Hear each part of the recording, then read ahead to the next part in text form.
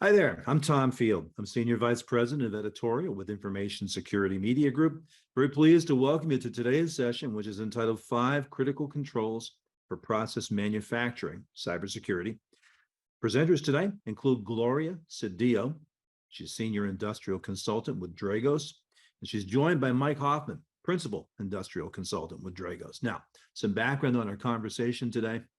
Legacy equipment, varied architectures in different locations, and a lack of visibility into operational technology assets are all factors that can complicate your cybersecurity journey. Many successful OT attacks originate in IT systems, and many companies don't have a lot of collaboration between IT and OT, resulting in duplication of effort, inconsistencies, gaps, and increased complexity.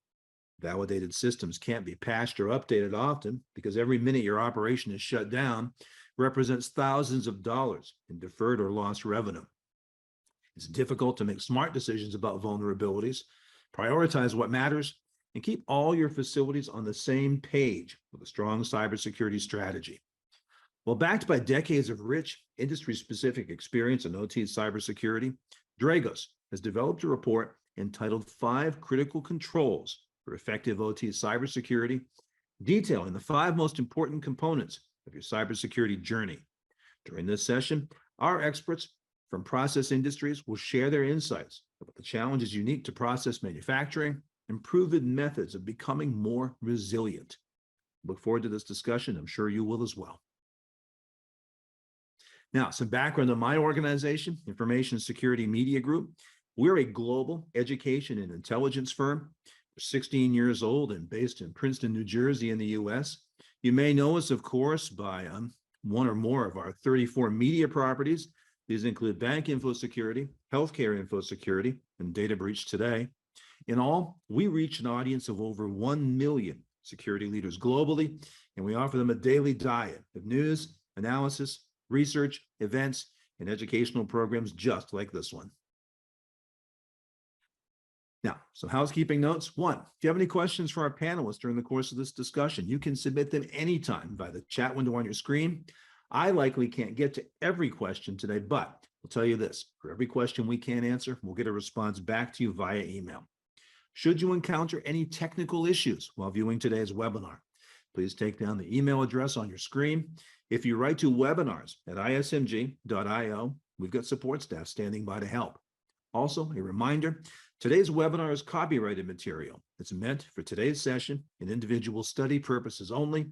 If you'd like to use any of the information presented today, or if you're looking for customized training materials, please contact us. I'm thrilled, of course, to introduce our sponsor, Dragos. In a world of rising cybersecurity threats, Dragos protects the most critical infrastructure, those that provide us with the tenets of modern civilization, from increasingly capable adversaries who wish to do it harm. Devoted to codifying and sharing their in-depth industry knowledge of ICS and OT systems, Dragos arms industrial defenders around the world with the knowledge and tools to protect their systems as effectively and as efficiently as possible. And let's meet our panelists today.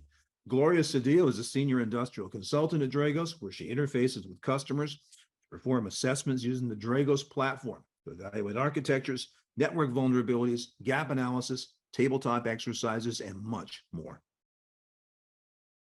Mike Hoffman is a principal industrial consultant at Dragos, where he serves as the primary subject matter expert with customers to perform architecture assessments, network vulnerability assessments, consequence-driven modeling, etc., of their industrial environment. With that, let's bring Mike and Gloria onto the screen here. Folks, thanks so much for joining me here today. Yeah, thank you so much, Tom. Glad to be here. Thank you. Now, Mike, I understand you've got some background you want to go into before we go into our questions. Yeah, absolutely. A lot of people, when they think about Dragos, some people in the community know a little bit about it, but before we kind of get into the discussion today, I just wanted to highlight a little bit about who we are. And this is not a salesy type, discussion here, but it's a little bit of a background on who Dragos is. When you say Dragos is really a technology company focused on OT systems or operational technology systems. Now with Dragos, with that technology, we have a couple of different arms within the company that really support and there are overall technology suite, which is the Dragos platform, which is a passive network visibility type platform that you can use and deploy in OT environments. So with that though, Dragos, it's housed a group of professional services, Gloria and myself are within this wing where we go and do architecture reviews, assessments, tabletop assessments, and so forth. We also have industrial threat hunters, penetration testers, and so forth, part of services. We also have OT threat intelligence, so a group that is dedicated out to looking into the security landscape, if you will, looking at different threat actors, those groups that are targeting OT infrastructure. And we also have the community portion of Dragos, which is our different aspects of the company where we do things like this, outreach, different trainings and development, getting within the community and giving back. All of that information though feeds back into our platform and codifies, if you will, the detections, the technology, and the awareness when something does happen within the platform back to the customer. So with that, that's a little bit about Dragos. Our company has grown to roughly 500 people within the company now. We've been around for 5+ years, and really that OT mission focused of safeguarding civilization. With that, Tom, turn it back over to you and we can start. Well, very well said. I hinted at this a little bit in the introduction, but give us some context. What are the most common threats you find facing process manufacturing industries today? Yeah, it's a fantastic question. And especially when we think about, and I'll take this first and perhaps Gloria can shed a little bit more color on it. But when I think about manufacturing and process industries, one of the things that is absolutely in the news quite a bit right now is ransomware.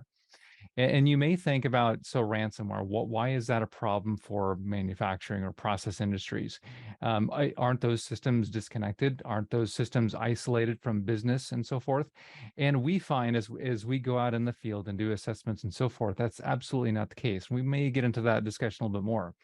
But nevertheless, so when you think about ransomware, so we've seen a number of ransomware attacks over the years, such as, for instance, WannaCry. That was a rough, challenging time, 2017 plus, where WannaCry came out, absolutely went into multiple different environments. Again, not an OT focused type scenario, but yet a tool that was used that was able to bridge those networks coming across and disrupt operations. There's other instances of different ransomware campaigns out there called Ekans. It was also called Snake in the news. But that one, of course, went out and actually targeted some sort of processes. And I'm not talking physical process. I'm talking a Windows process of ICS or OT applications. And so here is a ransomware that is widely we found it in many different places in OT environments. There's a very, very large auto manufacturer that was hit by this, brought down operations and so forth. But again, we see ransomwares that are tailored for OT infrastructure. Also, when you think about the attack on the large aluminum plant in Norway, that company, the Goga type of ransomware attack, where again, not necessarily an OT focused attack, but due to the network interdependencies and interconnections, that ransomware was installed on an Active Directory environment and which was shared across IT/OT, and we found that coming across. So ransomware is not the only type of common threat, but it is absolutely the one that is, if you will, popular, being used by a lot of adversaries.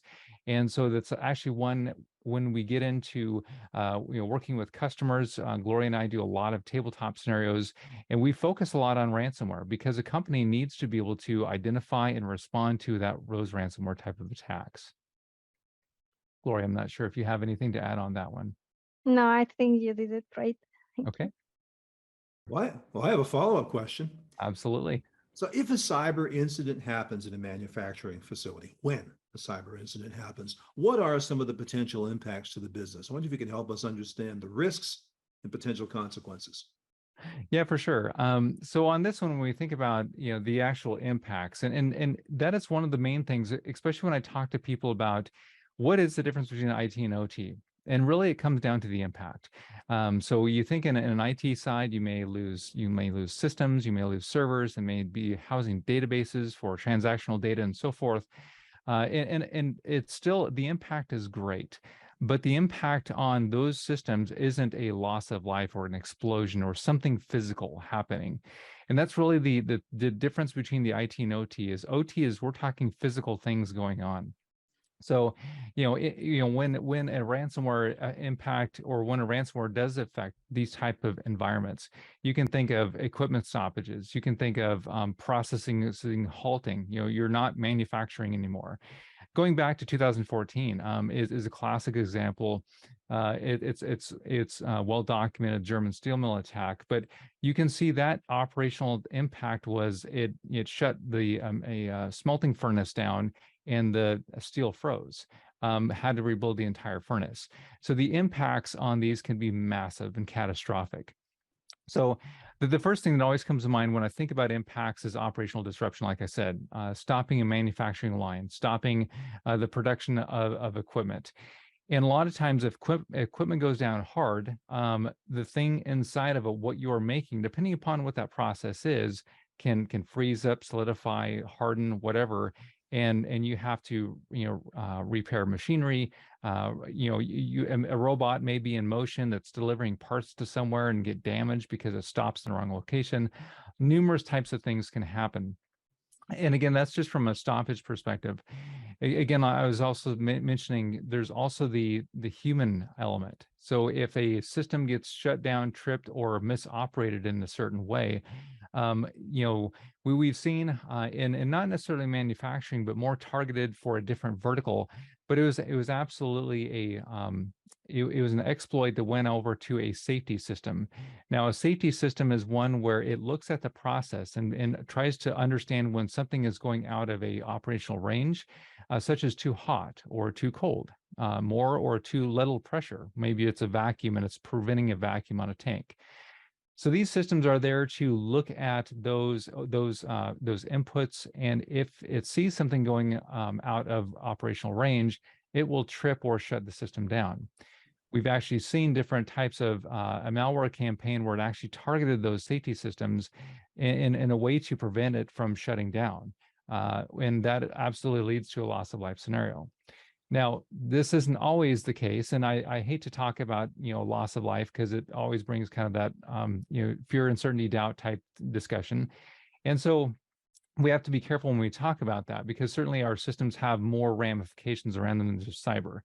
You think of mechanical stops and interlocks and all these different systems around there that are away from cyber that will take the machinery down in a safe location. But nevertheless, those are some of the things. And of course, there's financial aspects and all the other downstream cascading areas as well, if something does occur to these facilities. Now, what are the most common challenges that Dragos services sees when in manufacturing when performing an engagement? Yeah. So one of the common challenges I think we see is when you think about these industries, and let's go back to that IT OT discussion. So if you give me a laptop and I grab a new laptop, maybe it's just started a job, I get a laptop, I'll have that laptop for about 3 to 5 years, depending upon the company you're working for. And that's going to be the refresh rate for that piece of equipment. For your data centers or those kind of things, if I go procure that device, I'm going to run that for 5+ years and refresh. In OT, it's not that way. The systems that we see and those kind of things, they run a long time. They are purpose built to run that operation. And so a lot of times the equipment can last 30 years, 20, 30 years. That is not uncommon.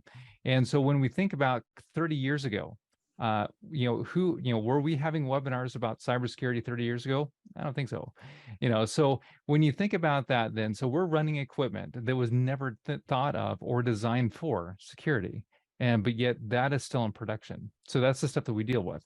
So we're dealing with this equipment that is very, very difficult to change out, upgrade, replace. And a lot of times it creates downtime.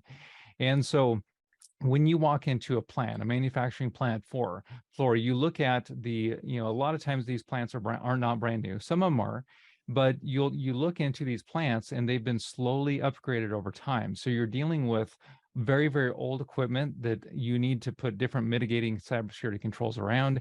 You're looking at some systems that have all the latest cybersecurity capability, but you don't have the training for the people at the plant don't know how to secure it. So there's a huge swath of different systems and so forth. Another thing about manufacturing in particular is around the integration. Now, a lot of times what I began to discuss right when I started out was a lot of people think about the segregation between IT and OT, that there's this divide here. Manufacturing is actually one of the industries that divide is gone. And the reason why I say that is things like Industry 4.0. You have these plants that reliant upon just-in-time manufacturing, and to do those type of capabilities, that means that these machines have to be connected to order delivery systems and recipes and so forth. So when you make a business or a transactional business-to-business transaction, you may place an order for a piece of equipment. That order is making its way down to eventually to a conveyor, to a robot, to a machine to deliver that part or assembly. And so we see these highly interconnected type systems out there.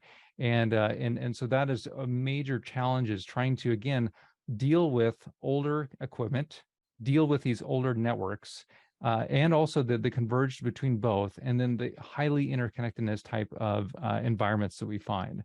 So one of the main things, I could go on and on and on in this question, but I'll leave it at that for now. Another thing that we can add there is that manufacturing has a lot of interdependencies. So inside of one plant, you will see more than just one, and they connect all the systems, all the plants together. And also they will have like a lot of remote connections. So that is another thing that we find a lot, that those are remote connections, and that sometimes the plants don't even know, because there are different management inside of one plant connected, all of them connected to one network. A very good point. So, degree of difficulty. What are the challenges of standardizing manufacturing network architectures as compared to other industries?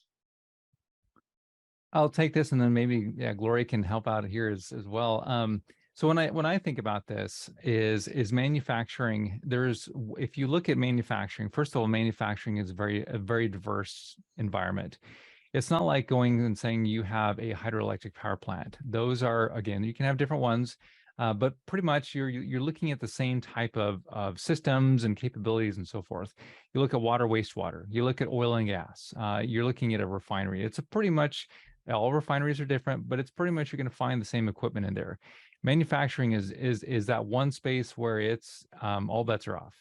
You go into one plant, they may have all CNC machines, and they're all hooked up in a certain way, making these certain parts. You go into a different plant, it's totally different. They may be doing plastic extrusions and all those kind of things, completely different machinery and those kind of things. So I think one of the main challenges of manufacturing is the diversity of it, is that, as Gloria was saying, the highly interconnectedness between different plants and systems. With manufacturing too, a lot of times the equipment that are in those end plants are not owned by that owner operator. They may be rented, out or something like that with service agreements. And so with that comes in, if that robot or piece of equipment breaks down, you need the vendor to support, and a lot of times that vendor is all the way around the world. And again, very specialized equipment that they're running. So one of the main challenges again is the plants are different architectures and different equipment. And so each so like in most security areas, we like to standardize. We like to say, we have these, what we refer back to as the Purdue model, which kind of shows how a process industry would be laid out versus logical sections of logical equipment and so forth. And you can kind of draw a network around it, and it makes you feel good because it's kind of standardized. You try to apply that Purdue model into a manufacturing environment, you can, but it's going to be, it's going to be different, and it's going to be different at every plant. So there's a lot of customization to sites and specifics. You got to understand the risks, connections, and so forth. And I think that's just one of the main challenges. Gloria, I'm sure you have others. So. Yeah, another one that I will say is the connectivity to the cloud.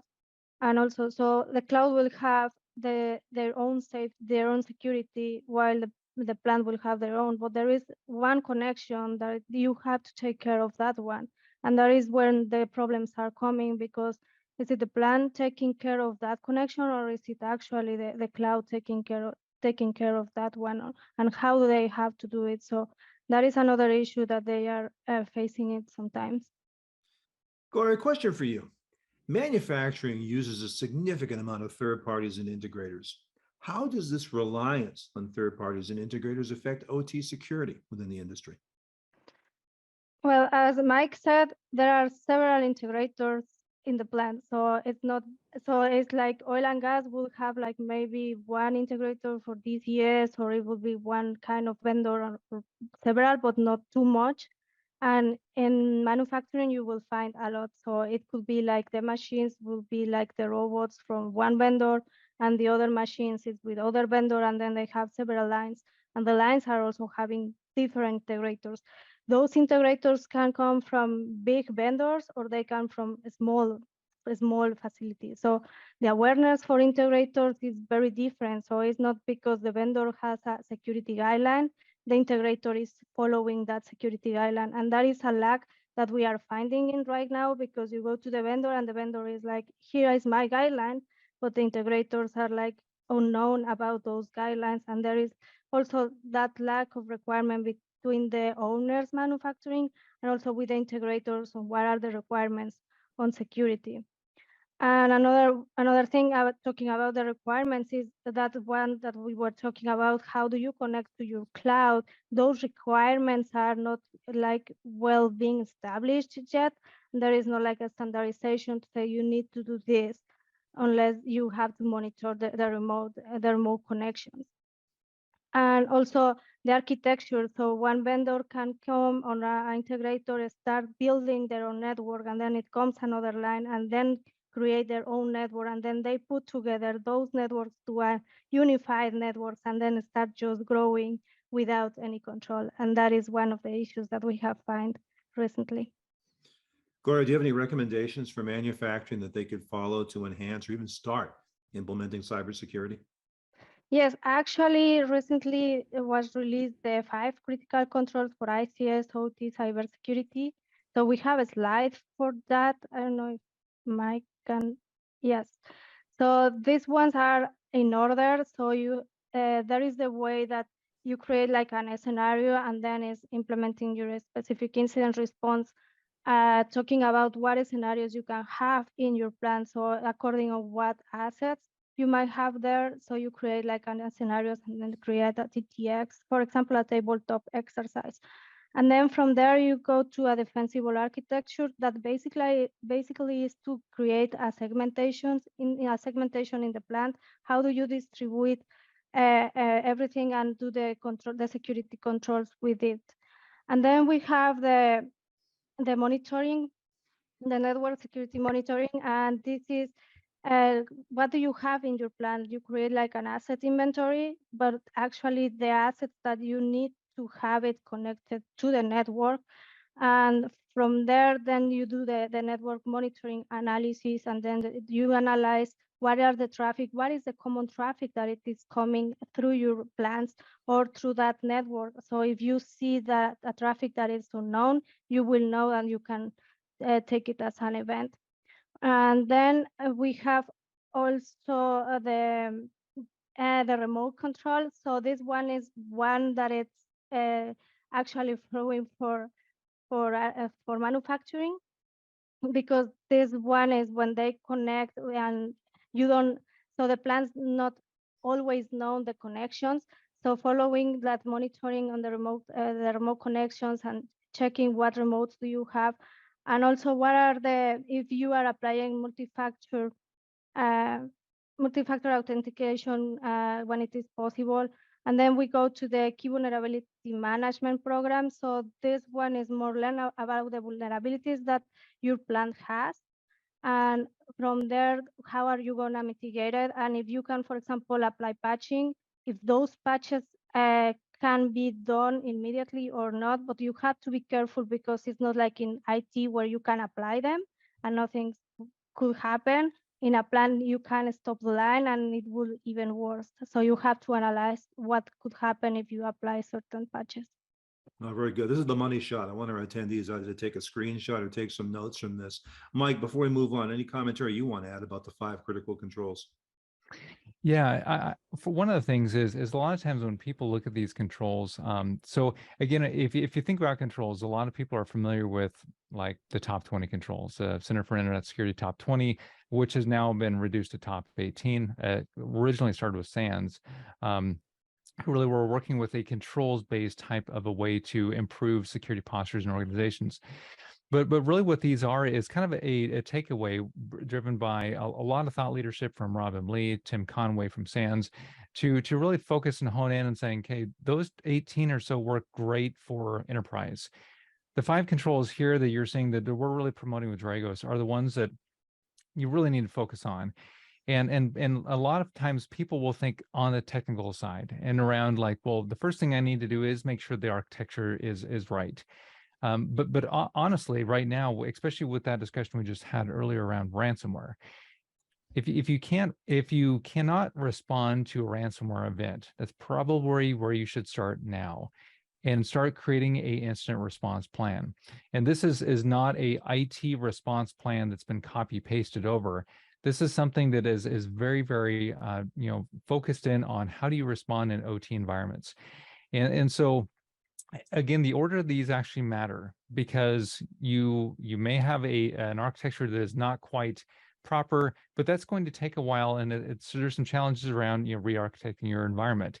Creating a response plan and testing it with a tabletop, that is a fairly low effort type of a of course it all takes time, money, and effort to do these type of things. But if you can get that response plan in place, get an escalation type of capabilities in place with call lists and so forth, who do you need to call? Do you need different retainers to help you respond to these incidents? Do you have backups in place? All those things should be part of that incident response plan. And starting there and then working your way down. So if you're looking for what do I do next in my security program? So we're coming up on the end of the year. We're forecasting out for next year and next couple of years. You may be thinking in your environments, where should we be spending our time, money, resources, our budgeting, and so forth? Consider these controls. Is a way to put in your goals for later on, different improvement type plans and so forth, and so be focused on these because these are some of the things that will drive enhanced security postures to your environment and organization and so forth. So the order matters, and focusing on that response plan is absolutely key. Excellent. Gloria, from these 5 critical controls, which are the ones that manufacturing struggles the most with, and why would that be? Well, if we follow what Mike has said and we said before, so we are applying the 5 of them. But when we go to what they are like kind of focusing the most are like the remote connections and also the defensible architecture and also because in those ones is when they have to be careful on how are they trusting their connections to the OT environment. So those are kind of critical for them, but they have to follow also what kind of scenarios they can have. So that's why they also have to follow the number 1 and number 2. So the incident response and I'm sorry, the incident response. And also talking about visibility and monitoring, because we talked before about the integrators and they have several assets and different vendors. They are not like following like a structured asset inventory. So that is one of the issues. So they don't know what actually they have. So they have to start creating that to then start doing the monitoring as well. And they need also to have monitoring on the remote connections and also what they have in the OT trust connection. Very well said. Gloria, Mike, it's time to sum up a little bit here. What are the takeaways for the manufacturing industry to be able to enhance their cybersecurity? Yeah, I think as I was saying before, if you look at some of the takeaways here is really that response plan. And I was mentioning before, and I hate to kind of repeat myself, but this is something that's very, very important to repeat, is that absolutely come up with that plan. And when you're doing that, and I mentioned a tabletop scenario. So when you develop a plan, that plan needs to be tested. Quite often we see these plans are kind of electronic, dust collectors. It's a document, you created it, it's like congratulations, but now how does that plan actually work? And so that's actually coming up with ways to test it out. And what we recommend is playing or looking at these plans to evaluate them using scenarios. And so we have, like I mentioned before, as we started this discussion, is a number of scenarios that have happened in our, within the landscape of manufacturing ransomware. So as a way to test out your response plan, as a way to build your response plan, actually, is looking at a ransomware scenario in your plant, in your environment. How would that propagate? How would it move across? If you're not quite sure, there's a lot of good valuable information online on each of these types of ransomwares. Some I already mentioned, like Ekans and Lockagoga and WannaCry, a great example, shared SMB across ITOT. Look at those scenarios and then build out your plan for that, and then test it with a tabletop engagement. So there's a lot of good resources out there for building actually a tabletop engagement. CISA and others have good ones. Of course, we in Dragos facilitate those as well. But nevertheless, build it out, test it, and make sure it is a document that you can actually use in that scenario. Gloria, I'll let you take the next one. And the next one will be follow a defensible architecture. So this one means enforce a network architecture, do the separation between the IT, put a DMC in the middle, and then the OT. And also it is very important that because you have a lot of plants within your plant, separate them as well. So that will also help you to reduce latency, and then the performance of your network is even better because you have like separating network, separating traffic, and also the control of those in each plant, it would be even better. Yeah, for sure. And as I get into monitoring, you can't monitor it if your network isn't architected properly. And what do I mean by that? So think about monitoring like in your house. So when we talk about monitoring, we're actually talking about looking at the data that's going across the air or across copper or a fiber pipe, fiber optics. You use probably one of those three mediums at your plant. And so what we're talking about is actually monitoring the data that's going across from a networking analysis perspective. Now, monitoring on the IT side is a little bit more challenging because often the communications is encrypted. So you just see types of sessions going across, the amount of data going across and over what port, but you don't really see what's underneath. In ICS or OT, we actually have the advantage of a lot of these protocols are not encrypted. And that's actually good for defenders because we can actually understand what PLC is doing to another PLC or what HMI is communicating to who and what kind of commands are being sent and so forth. And so being able to monitor your environments with a sensor, of course, Dragos is one solution. There are certainly others out there as well. The point is not the company. The point is doing this. The point is making sure that you know yourself. One of the reasons why I'm such a champion for network monitoring is because I used to run a large scale OT environments. And as an admin, one of the things that kept me up at night was I didn't know what was going on. I didn't know if my servers were being overloaded, being taxed. I didn't know if when something would go on, where was those communications coming from? When you're doing a proper monitoring from a networking analysis perspective and then from a host perspective, you'll sleep better at night, trust me. And then also you're able to just know your environment. You know if your architecture is actually working properly. Many times Gloria and I will go into an environment, and when we collect data, network traffic data, we can look at them and we can understand that you may have a firewall in place and you're trying to do segmentation, but the rules in the firewall aren't quite right because we can see traffic going through that firewall that probably shouldn't be there. And so a lot of our assessments are done actually doing kind of behind the scenes network monitoring. And again, it's extremely important these days, especially when we think about the threats that manufacturing faces and the type of adversaries and the way they come in and try to get into our environments. If we're monitoring, we can hopefully be able to detect those capabilities. Again, prevention is ideal, but detection is a must. So we must be able to monitor our environments. I will have to add to that one that implement some detection or investigate a little bit more with the vendors if your assets have that detection, because sometimes it's just a feature that the that the asset has, and you just have to configure it and you don't know. So always ask with your vendor and check what you can have from that asset, and go also from level 1 assets. Yeah, for sure. And then we have secure remote access. So in the secure remote access, following further from the network security monitoring, also monitor and secure your remote connection. So know what are the remote connections that you actually need, because sometimes you don't need all of them, but you will need some of them. So you have to live with those, but enforce security controls like multi-factor authentication. Use also a jump code. So, and also check what allowances are you giving to the remote connections, if they are allowed to do a file transfer to your system, or they shouldn't be doing that, and monitor all the remote connections that you have.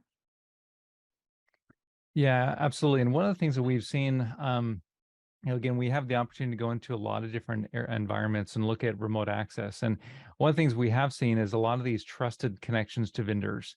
And again, you may trust a vendor, you're running their machinery, but I don't know if I would trust their network into your network. So a lot of times, a lot of the things that we see is these VPN connections that are active VPN connections from one network to another. Which shouldn't be there. You should be coming through a jump host, especially for like a user to a system or a workstation type environment, coming through, enforcing that multi-factor, that second factor. A lot of you folks are used to getting this from a SMS message to your cell phone when you log into your banking applications or so forth. That's that second factor. And a lot of the remote access capabilities that we have in OT allow for that second factor, which is extremely important, really raises the bar for compromise. Now, the last section around key vulnerability management, and we've talked about patching a little bit. The thing that the important thing here is to understand is that when you think about your manufacturing plant, you have PLCs and industrial switches and those kind of things sitting at the factory floor, maybe intertwined with robots and conveyors and so forth, all your different machinery. Those have firmware, they have software, they have vulnerabilities probably. You also have HMIs and servers out there that are running Windows software. They're going to have vulnerabilities too. So oftentimes it's like, so I've got all of this fleet of equipment. Which one do I work on? I can't shut my plant down to go patch this thing. So what should I really focus on? And this is really around focusing on those areas where you have that strong interconnectivity between IT and OT. So that, manufacturing that MES system that is talking back and forth. Any system that connects to that or is around that type of a system, that's the area where you need to be focusing your patching. Also, secure remote access. That system is having, people coming in, leveraging those kind of things. Any type of file transfer, any type of touch point between IT and OT, focus your vulnerabilities there. And then, of course, don't just forget about all the other ones, the vulnerabilities in the environment. But you can definitely track those, mitigate those at your next opportunity, next plan outage, maintenance cycle. But that's not the ones that I would be massively concerned at right now. It's those really high touch points between IT and OT. Well said. Gloria, Mike, we've covered an awful lot here in a short period of time. Thank you so much for your time, for your insight, for what you shared on our screens. Excellent takeaways for our audience. So much. Thank you. Now, we do have the opportunity to take some questions from attendees, as I mentioned before. I want to remind our attendees, if you have questions we can't get to today, please, we'll get responses back to you via email. Mike, Gloria, you ready for a couple of questions? Sure are. Yes. First one I have, Gloria, this is for you. Are there any guidelines when designing the network and avoiding interconnections of assets at L1 and L2 as the plants grow? There is not actually guidelines, but there are the IEC 62443 that they can follow for the segmentation, and it also will say there is one part that it also talk about the vendors and how they have to implement that. So they could talk about some kind of guidelines that you can have in there.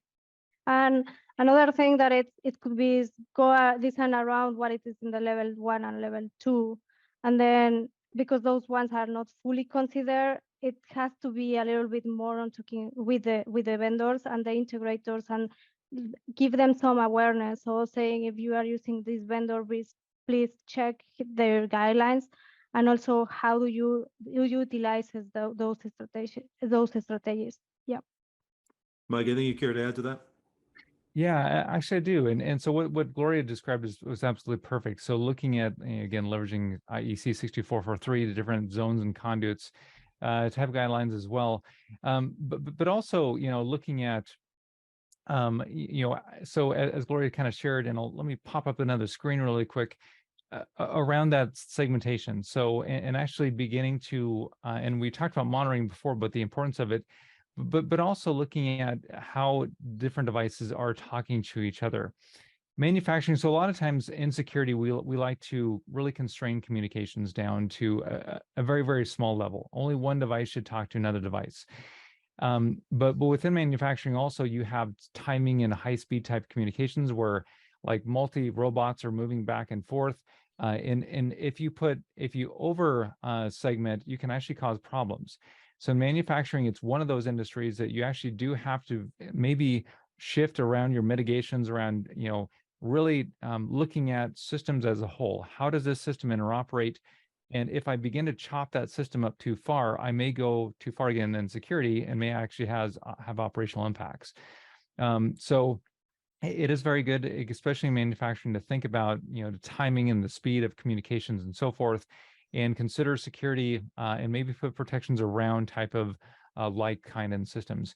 Also, when we think about monitoring those areas as well, so monitoring that communication down at that level, because when we think about attacks in these environments, often the attacker just doesn't want to get to a Windows device or get domain admin privileges. What they actually want to do is affect the process.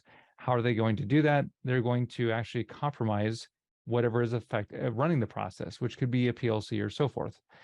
So in doing so, making sure that, again, we're saying Dragos sensors here, could be whatever monitoring solution you choose, but think about how can I understand what kind of communications are going from PLC to PLC, and it's just really, really important to monitor not at the higher levels up here, but the lower levels of your plant, and just understand that type of communications. It'll also help you to detect, if there is some, misabuse going on within that environment. Good illustration. Another question. Let's imagine that a manufacturer is currently running their cybersecurity program strictly out of the IT side of the house. How do you start to bring OT cybersecurity into the conversation and influence the allocation of the security budget so that OT can be better protected? That'd be the biggest question we have in this entire session. Gloria, do you want to start? No, I think this one will have take Mike, I think. Yeah. Yeah, so I'll start, and I'm sure Gloria can add some different discussions here as well. But so whenever you think about that, security should always be an enabler, and so oftentimes we as security come in, especially from the IT side of the house. CISOs are tasked with making sure that their companies are running profitable and so forth, and in doing so highly secure. And so a lot of times will bring in and try to bring their same strategy, their same playbooks, security controls, and apply them to OT. Again, as we've discussed here in this webinar, doesn't always work. And so one of the things that I've found that works absolutely the best is going out and being, walking with, being involved with the folks of the sites. If you as an IT are tasked with securing these environments, you absolutely need to be talking to your engineers, talking to the integrators, working with the integrators, talking with the actual technicians that are working with this. I've actually, in the past year, have been to a number of sites where, just as you described in your question, the IT side of the house was tasked with securing their OT. And so one of the first things I did was sit them at the table and say, let's talk about your environments. Let's talk about how your systems work. And then begin to identify, again, some of those top 5 controls we've already discussed, and talk out how those can actually be applied. But even before you begin that, you have to, again, there's got to be that shared sense of responsibility, getting the folks from the OT side of the house, automations and engineers and so forth, involved in the conversation and making sure that they're heard. This is not unlike any other type of relationship we have. It's got to be bidirectional, and both parties have to get something out of it. And so here, absolutely need to ensure that that collaboration is happening with both groups. And also along with that, another focus area, I think, is to making sure that even though IT and OT from the technical side is being made aware of, making sure this all gets bubbled back up into leadership and the executive team and so forth. It's an area that we're beginning to see as companies mature. Again, it's that technical focus first, but it's now working with the executive level and so forth, board of directors, and helping them to understand that OT needs to be secure just as IT does, and needs to be looked at and cared after. So Another thing would be like implementing, because the automation projects, so go to the person or the companies that are implementing those new projects, and then start checking since engineering it is happening, what are the requirements they are applying, and do not wait until they release that part of the project to you to figure out what is new, what are the cybersecurity issues that you have to get to face now, and then you have to kind of patching things because the integrators or the vendors didn't do it because you didn't do the requirements. So always ask what the vendor, what should be contained in the automation project, and start verifying those advances through the phases of the automation project. Very well said. Gloria, Mike, again, thank you so much for taking the time to share your insight and for answering these questions. It's been a terrific discussion. I'm grateful to both of you. absolutely. Welcome, Tom. Thank you.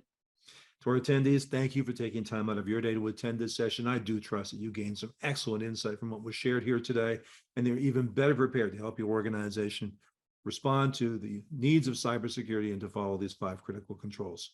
As always, I look forward to seeing you again at one of our upcoming sessions. Until then, for Information Security Media Group, I'm Tom Field. Thank you so much for your time and attention today.